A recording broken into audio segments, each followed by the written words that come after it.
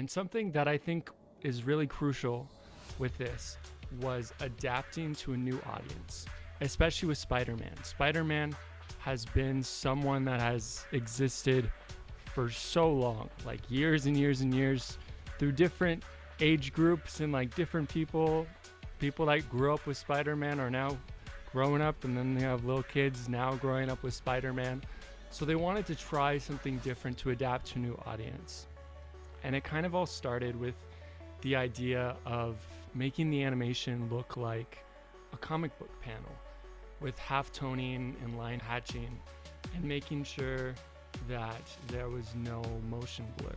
And with that idea of looking like a comic panel, they were able to accomplish something super amazing where you can pause the movie at any time and it looks beautiful. It looks like a comic panel. It just looks amazing, really. And they use this idea of 3D with hand-drawn elements.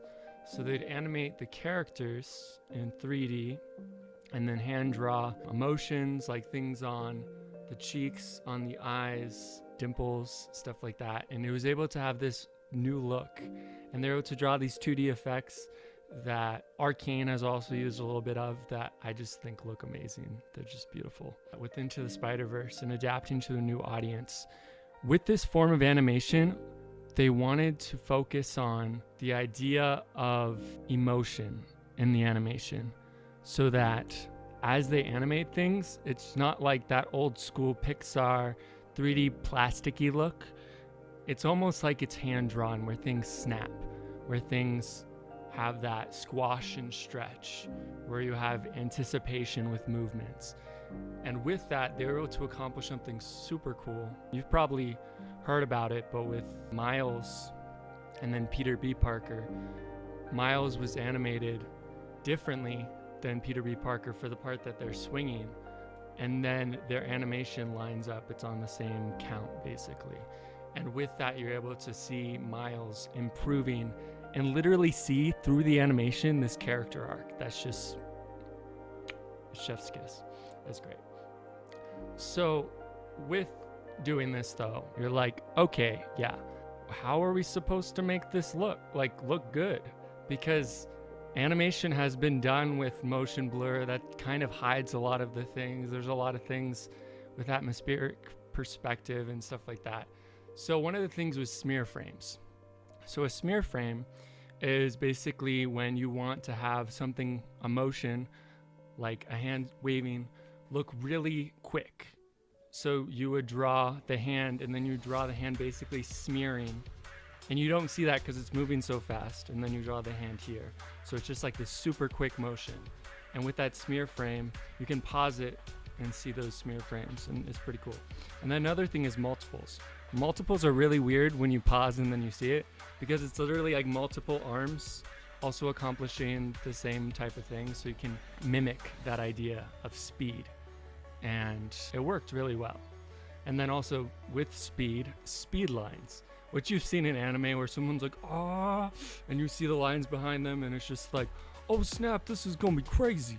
And that's what they did with Into the Spider-Verse. With that also, with bringing Spider-Man home, I think it's funny how all the Tom Holland Spider-Mans all have the word home. I didn't mean that joke. But Spider-Man came from comics, and that's where he started. He was later in animated shows, live action shows, but he came from comics. So bringing it back to that comic style of even having these moments where it kind of flashes and it's literally like comic. That style of like that half-tone dot and stuff, it's beautiful. And with this idea, they built around the character of Miles Morales. And that's something that we're going to be focusing on today, is building around your main character. Because when you build around your main character and build the world around them, not like everything revolves around them, but you take them in their experience and it changes how the world looks. It changes how you perceive the world as an audience member. And this idea, this animation style, I don't know if anyone's really given it a name yet, but it's kind of along the lines of that 2.5 dimensional like thing, kind of like Treasure Planet and stuff, where you're trying different things, you're molding, and mashing up two different styles. And I think it's my favorite animation when people do that. They take different styles and stuff. It's pretty cool. So we're talking about the characters and the story. They wanted to take Spider-Man, the idea of Spider-Man, and bring that home. And at its core, Spider-Man is that friendly neighborhood superhero. He's not like with Marvel and stuff, they've put him fighting against these crazy otherworldly beings, but really it's him fighting against these people that he knows that have been polluted by society or polluted by gamma rays or radioactive waste, whatever, and having to put this teenage character up against that. And I think it was really cool to have Miles Morales. They like redeemed his character because some people didn't really like Miles in the comics and stuff, but he is beautiful in that movie. No one can tell me otherwise. And they take Peter B. Parker and have him as a mentor for Miles so that Miles can learn and grow. And you can see Spider-Man kind of like the mantle passing because the Spider-Man of Miles' world dies. Sorry, spoiler alert. So he dies and Miles has to take up that mantle and he has to become Spider-Man. Even though it's this scary thing for him and he kind of has this responsibility thrust upon him. And I think it's really cool how they kind of had that counterpart to Uncle Ben. I think that's really cool with Spider-Man. Even like Tom Holland Spider-Man and Andrew Garfield, how they've had different figures. For Andrew Garfield, it was his father. For Tom Holland, it was Iron Man. You don't really hear anything about his father or his uncle if he had an uncle. So it takes these different ideas and puts it in a different way so everyone can look at it. And like as the movie ends, you can wear the mask. Anyone can wear the mask. Anyone can take upon that mantle. Anyone can make a difference. And I think that's a huge message that is sent forth and that is beautiful and amazing. Because like with Into the Spider-Verse, it's just beautiful.